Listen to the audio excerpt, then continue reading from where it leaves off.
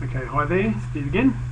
Video number 3, looking at the practice kind of level of my youth work framework.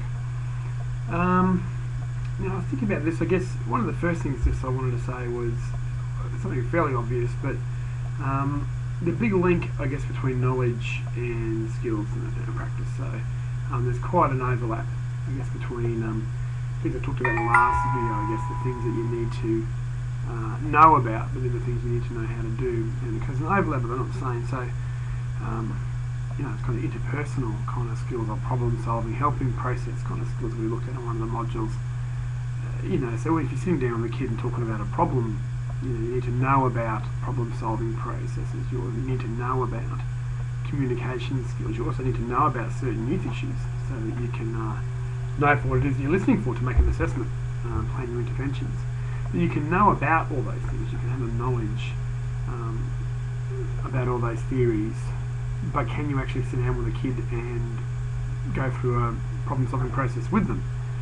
I guess that's the difference, I suppose, is there's knowing about the theories, about all those things, but ultimately those things have to be pulled together and become abilities, become something that the youth workers and chaplains can do. So first of all, to acknowledge there's a link between knowledge and skill, but they're not the same thing, but they can sort of come together in practice, which is obviously the name of this level. So skills, what do I think are important skills in terms of skill-based chaplaincy? Well, I think the bread and butter of any youth work, the bread and butter skills of any youth work is the communication skills. So that's one, being clear in their own communications and knowing how to articulate things clearly and say things clearly and that kind of thing. But really, those are active listening kind of micro skills, things where you're really able to engage with people in conversation and maintain interest and help them tell their story and help them feel listened to and be interested.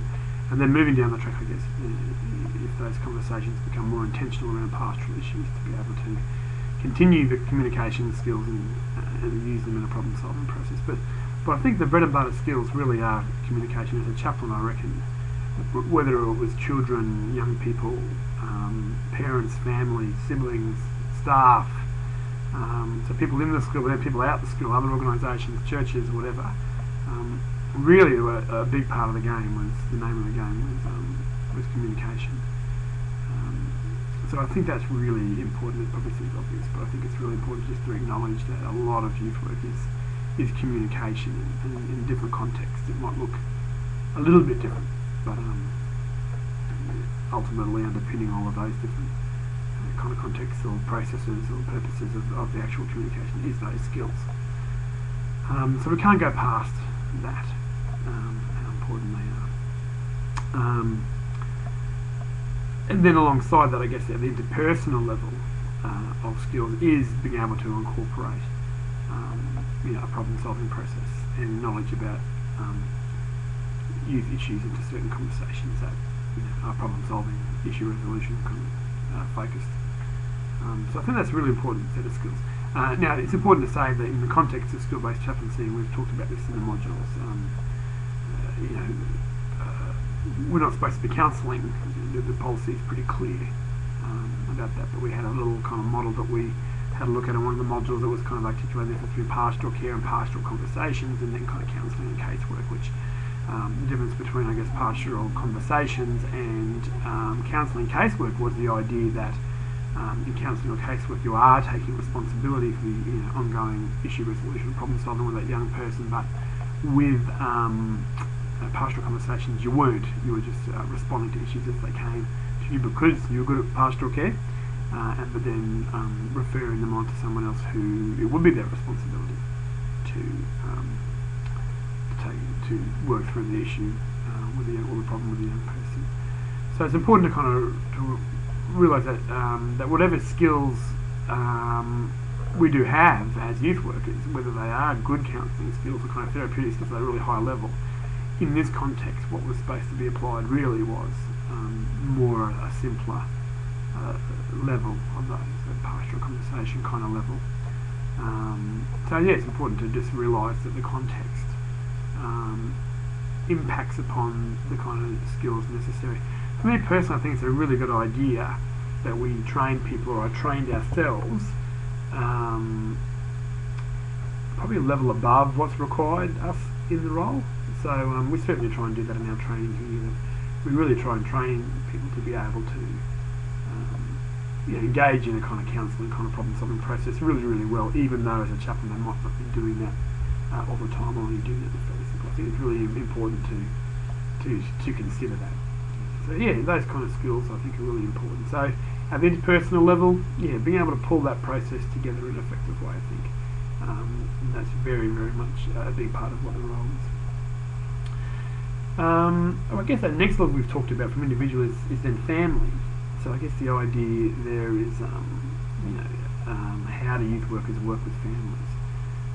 Probably it's important to talk about that as separate to family work. I think family work is quite a specific area of knowledge and skill. It's a whole area in itself. And there are theories that are about family work and that I think involve specific training.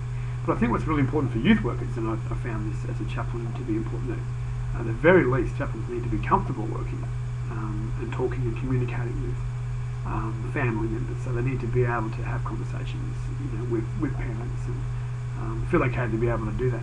They also, I think, need to be able to appreciate the importance of family in the life of a young person. So I think one of the changes in my life in the last 10 years of being a youth worker is that I got married and I've had 2 kids.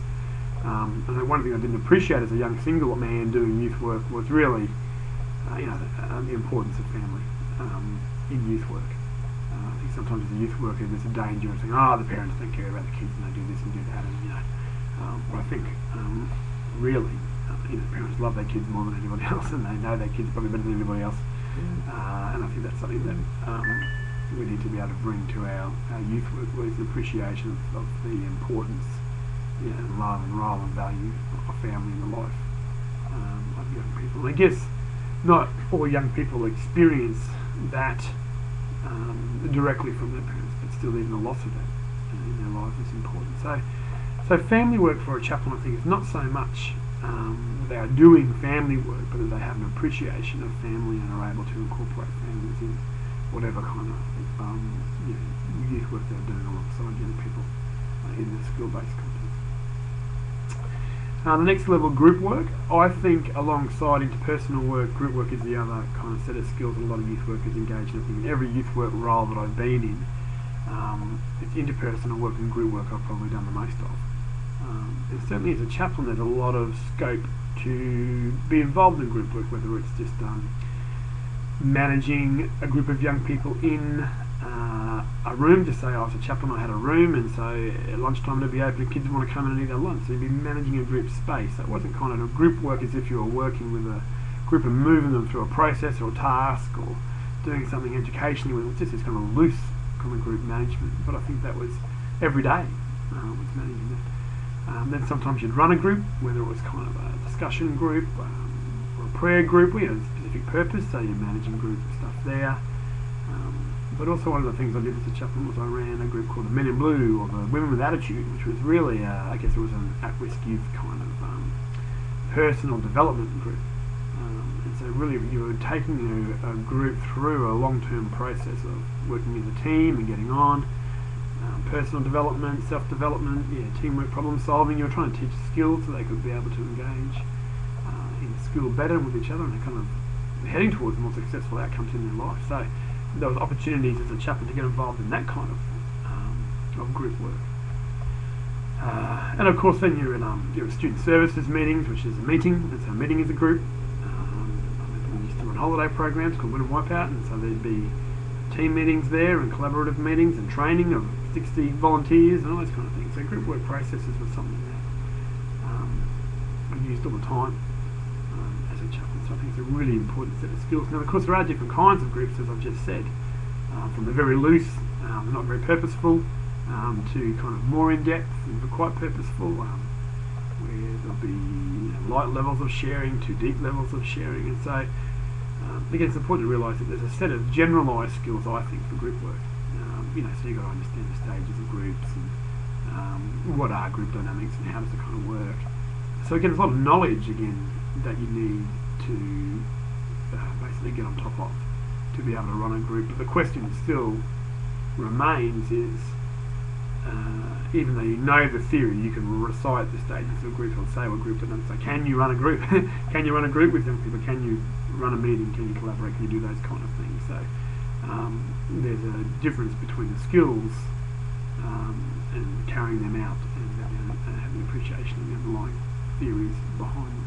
But I think those skills are really, really important for a youth worker to have, and certainly they were expressed a lot of chance to try them out in the school context. The last layer we've kind of talked about is community work.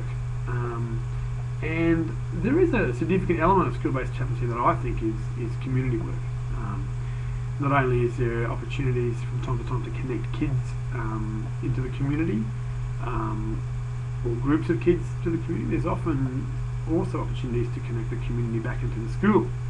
And so a bit of chaplaincy can be a bit of a conduit. We kind of, Brett Cesari and I once kind of came up with a model of chaplaincy. We called it the community development model, where the chaplain quite deliberately saw their role as being a bit of a conduit for connections. So the chaplain themselves was quite actively networking in the community, community organisations, church, religious organisations, so that they'd be able to access the resources of that community for the benefit of the young people they were working with and the school that they were working for. But also trying to find opportunities for those organisations to be involved in the school and actually enhance the whole life of the school and direct access to kids in the school. So I think there was all that that was important for school-based chaplaincy, community work kind of thing. And I was thinking of something else as well.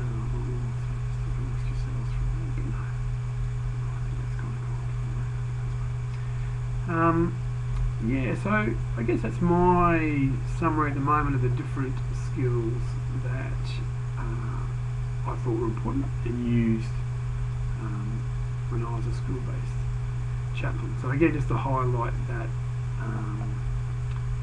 knowledge and skills really working together to come together in practice. Sometimes it's hard to separate the two, where one begins and one ends, but I think ultimately the question we really want to ask when we're at work every day as a school-based chaplain is, can I do this? What is it that I can do?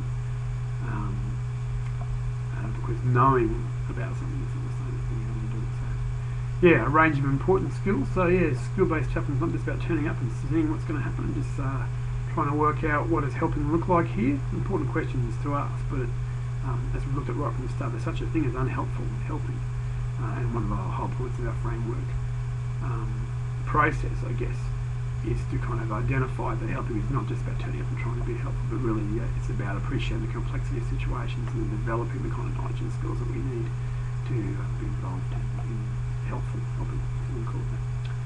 Okay, so I'll leave that there, and I think we've got one more video after this looking at context. Okay, thanks, bye.